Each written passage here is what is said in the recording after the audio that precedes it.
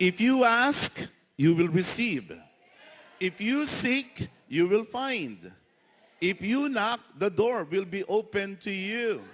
If you ask for the Holy Spirit to empower you, He will empower you. He will give you the Holy Spirit. At ito ang ating dapat muling ating hingin bilang isang mga individual na mga Kristiyano at mga mananampalataya at mga fourth watchers. I do not know what you have been asking God lately.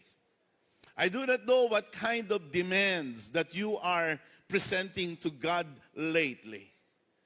Marahil ang ating hinihingi sa mga nakaraang araw at panahon ay kung paano tayo aalwan sa buhay na ito. Naunawaan ng Diyos yan sapagkat tayo nasa isang bansa na napaka-maralita at napakahirap. Marahil ang iba sa inyo, ang inyong hinihingi ay kagalingan sapagkat kayo ay may sakit. Nauunawaan ng Diyos yan.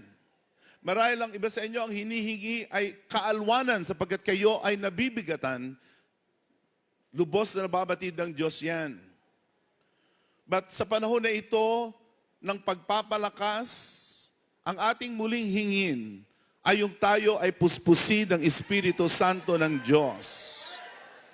And you do not need to ask God twice. You do not need to be on your knees and beg like, God, please.